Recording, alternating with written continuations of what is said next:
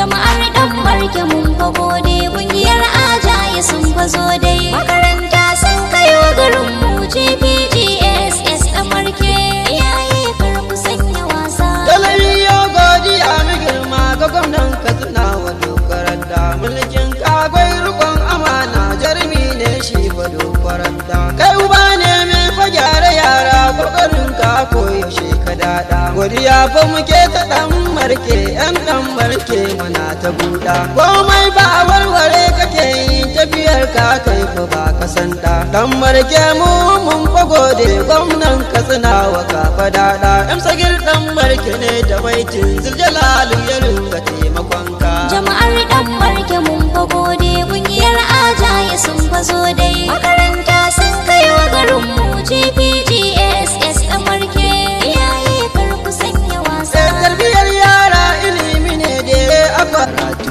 jama'ar dan barke mun fa gode